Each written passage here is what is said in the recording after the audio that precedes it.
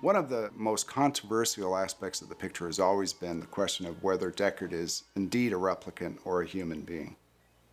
What is more off-putting and upsetting and disorienting to be someone going after something you think is dangerous and really something that should be destroyed, and then finding out at the end of your quest that you may be that thing yourself? What would that be like? What is that like? I mean, to imagine that as an adult or a young adult, you find out that everything you thought was yours isn't yours, and that you're not only not who you thought you are, you're not what you thought you were. The subtext of the movie, is working on these kind of really Jungian archetypal levels. Everybody was discovering themselves, and that's what the theme of the film was. And be aware of what you'd find out about yourself. That's all I gotta say. I'll never understand why Blade Runner fans refuse to believe that Deckard is a replicant, because there's all sorts of clues dropped in the films. Of course, the unicorn is the biggest one. That it's Exhibit A, because it's the strongest piece of evidence that we have. I want to see what's inside his head, so it better be something extraordinary. So he is a romantic because he's thinking about this unicorn. And what I wanted to do, I wanted it to work like the thoughts of his. So he would pick up a photograph, he would then start looking at it and remembering, and you'd see this unicorn running through the forest coming towards you. It'd come right up to camera and it would shake its head. And as it shook its head, I cut to him shaking his head, like shaking that thought away.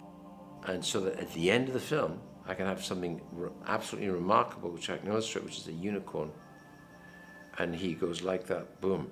How would anyone have known what was inside his head other than someone who knew what was in his file that had been implanted in his brain?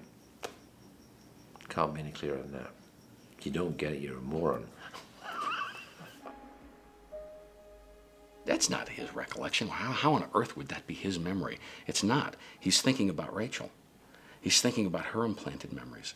He's thinking about her implanted fantasies. In terms of myth, that is totally a female myth symbol. And at the end, when Gaff leaves the little unicorn, that's not about, oh, Deckard, I'm wise to you, you're a replicant, I know what's in your head. It's Gaff's little grace note, to Deckard, saying, you know what? I think they're as human as anybody else, and if you're falling in love with her, go for it, man. Run. Get her out of here.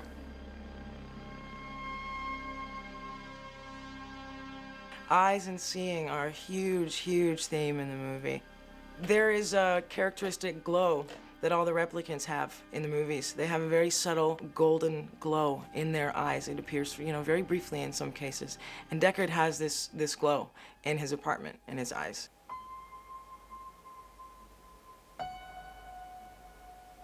When I saw that red shit in his eyes, I said, give me a break. No, please don't. I know. And Ridley's tricky. I think probably that was Ridley's. Fuck, it's got to be Ridley's decision. I said, well, no. And he said, they did that, Leave me alone, Hampton. I had the great fortune of having a dinner with Ridley in France a couple years ago, and I'd always wanted to ask him this question. So I finally asked, was Harrison Ford's character a replicant? And he said, yeah. He was.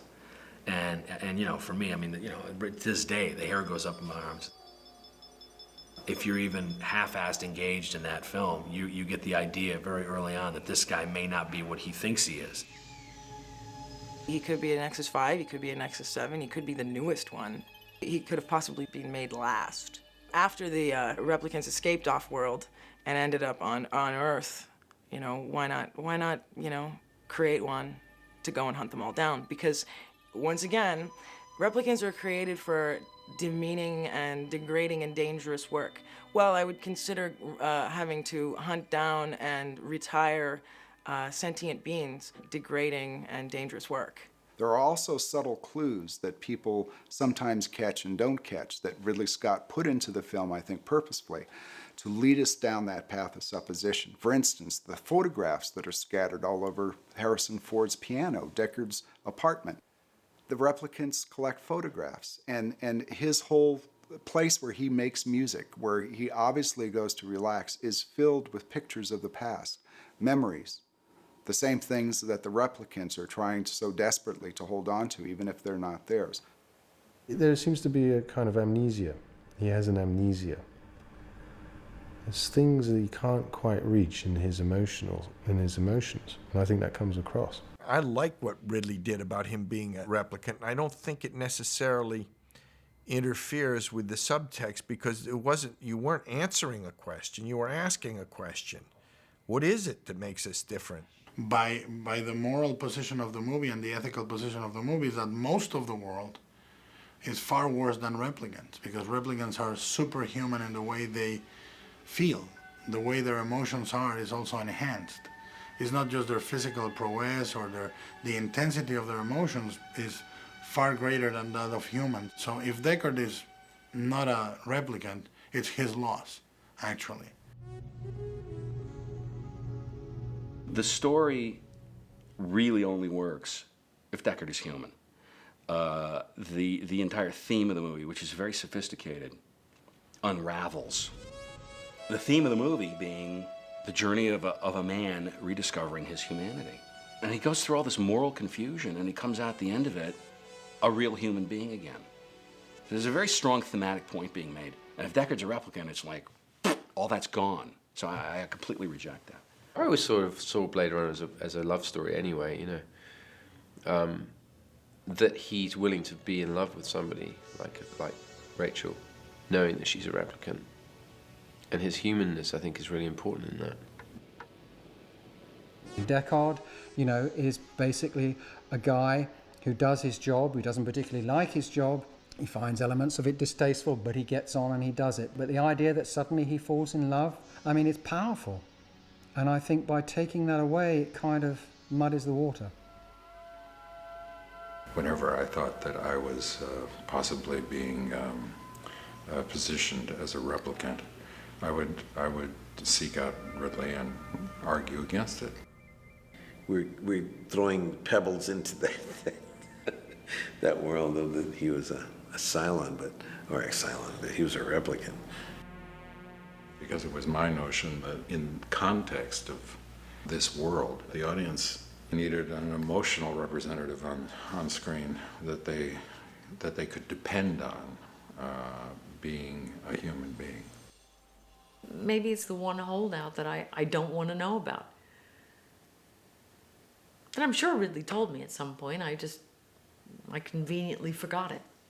So that I can have that as one dangling piece of guesswork. Mystery is fun.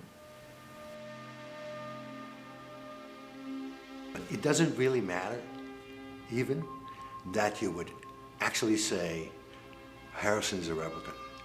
It doesn't matter. That's how strong this film is, because it still tells you the same story. You can't destroy this movie. That's the weird part. One of the greatest things about film is that everybody can put in their own interpretation, so I'll leave it up to the viewer. I often get asked if Deckard's a replicant, but I think you've got to make up your own mind. That's what's intended with the film. It's your choice. So when people ask me, is he a replicant, isn't he? To my way of thinking, the only correct and proper answer is maybe.